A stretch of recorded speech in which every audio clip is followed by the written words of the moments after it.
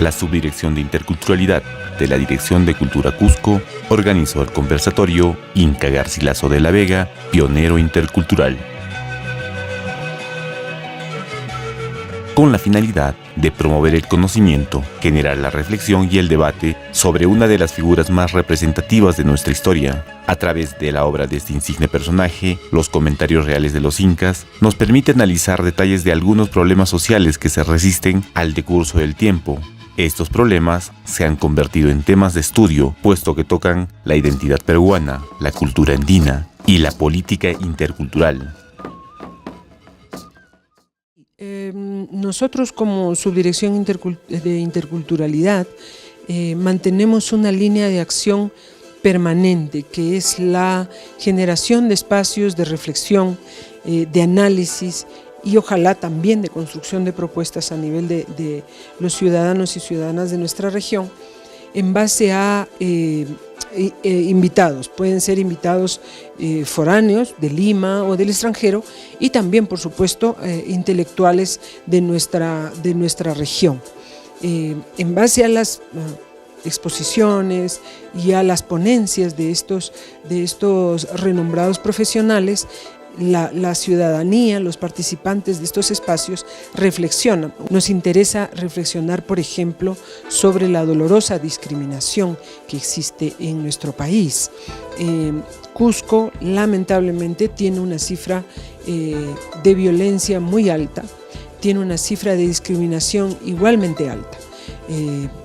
Cerca del 50% de los cusqueños, cusqueñas, manifiestan haber sentido en alguna oportunidad situaciones de discriminación, y esto no puede ser, no solamente por nuestra diversidad, sino es por el orgullo que sentimos. Tenemos el orgullo de ser una cuna de civilización, la civilización inca. El Inca Garcilaso es considerado como el primer mestizo, el primero en reivindicar su condición de indio y español y el primer peruano o hispanoamericano de conciencia y corazón.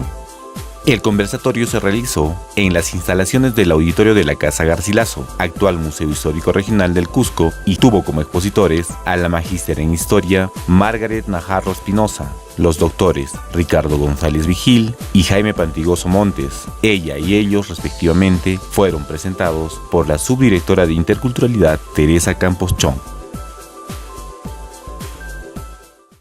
Vamos a abrir el diálogo sobre un personaje tan simbólico en nuestra región.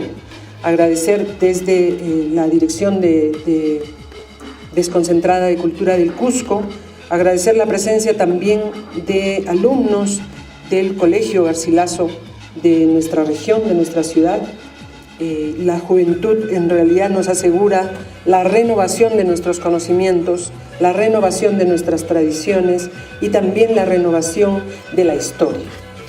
El Inca Garcilaso nos convoca ahora, un personaje para algunos controvertido, para otros un personaje que afirma su ser mestizo, su ser español y su ser indio, y en la persona del Inca Garcilaso de la Vega podríamos decir, estábamos conversando justo unos minutos antes, se habla de interculturalidad, es un personaje que podríamos asumir como inspirador para estas políticas y de hecho un viceministerio de interculturalidad. Podemos asumir al Inca Garcilaso como orgulloso de su mestizaje. Gracias a la prosa cristalina y fogosa, el Inca Garcilaso fue el primer escritor de su tiempo en hacer de la lengua de Castilla una lengua extramuros, allende del mar, de las cordilleras, de las selvas y de los desiertos americanos. Quiero centrarme sobre todo en el análisis y la reflexión de lo que fue la vida del Inca Garcilaso y cómo esto puede ayudarnos a entender el siglo XVI, pero también el periodo colonial, la república, el presente. El siglo XVI ha marcado un punto de inflexión en el desarrollo mundial. La invasión y conquista del Tahuantinsuyo fue un momento de destrucción y desestructuración, mientras que para los españoles fue al revés, un siglo de construcción y de estructuración del régimen colonialista. Garcilaso, como muchos otros mestizos y mestizas de ese tiempo, sufrieron en carne propia las vicisitudes del siglo XVI, periodo de transición, de invasión y conquista, de imposición colonialista. En 1533, cuando Francisco Pizarro llegó al Cusco, recompensó a sus hombres repartiendo no solo metales preciosos, sino también mujeres, dando inicio de esta manera al denominado mestizaje biológico. Las primeras uniones, forzadas por lo general entre españoles y mujeres andinas, se consumaron con mujeres pertenecientes a la dinastía incaica. Capitán Garcilaso de la Vega, quien tomó a Chimpuoclio, y de esta unión nació el Inca Garcilaso de la Vega. El capitán Garcilaso tampoco se casaría con la madre de Garcilaso. En el siglo XVI, ser mestizo era sinónimo de ilegitimidad desde la óptica hispana. De hecho, casi todos los mestizos tenían esta condición. Desde la Subdirección de Interculturalidad de la Dirección de Cultura Cusco, se busca recuperar y difundir la memoria histórica de nuestra tierra y permitirnos el reconocimiento positivo de la diversidad cultural. Las interpretaciones que se hicieron sobre lo que escribió Garcilaso, qué peso, qué papel, cómo se ubicarían en un programa de desarrollo social que vive el Perú en un gran sector de su extensión. Me refiero a la interculturalidad. Bueno, digo, no soy especialista en Garcilaso. La primera, hice 2 leídas de Garcilaso. La primera cuando era estudiante, porque era obligatorio leer a Garcilaso. Y la segunda con un interés un poco más científico para ver finalmente qué era Garcilaso y un poco para confirmar mis propias vivencias, mis propias preocupaciones como un personaje que nace en el Cusco, la cuna del imperio, recalco la palabra del imperio incaico con una trascendencia mundial, etcétera, y un poco para reforzar mi posición de cusqueño, pues. Entonces mi visión era pues más ideal. Estuve revisando el programa curricular de educación secundaria no hace mucho y viendo el componente cultural en los contenidos. Por ejemplo, ya no se menciona mucho a personajes como Garcilaso ni su idea, sino se habla de la identidad intercultural. En mi época, toda la historia del Perú, especialmente la época incaica, obviamente, era una transcripción de la interpretación ideal de lo que se supone habría sido el imperio incaico. ¿Qué rasgos, al fin y al cabo, podía yo resumir del pensamiento de Garcilaso? En primer lugar, la descripción del Tahuantinsuyo un poco menos que la realización de una utopía, una sociedad más justa comparando a las que existía en España. ¿Sí? Los políticos sus dirigentes eran personas que pensaban en el pueblo y pensaban en él, que las sucesiones no eran tan sangrientas como ahora o como en las sociedades europeas de su momento, etcétera, etcétera. ¿Sí?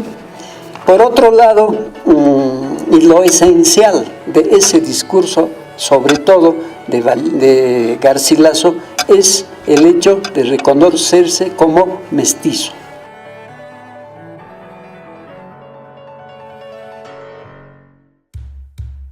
El Inca Garcilaso construyó una lengua no solo de blancos, ortodoxos y cristianos, también de indios, negros, mestizos, paganos y legítimos. Universalizó la lengua que se convertiría desde entonces, igual que el quechua, en la lengua general de los incas, en el medio de expresión de muchas razas, culturas y, claro, también biografías. Yo creo que con toda justicia el Inca es el primer gran escritor que ha producido América, ¿no?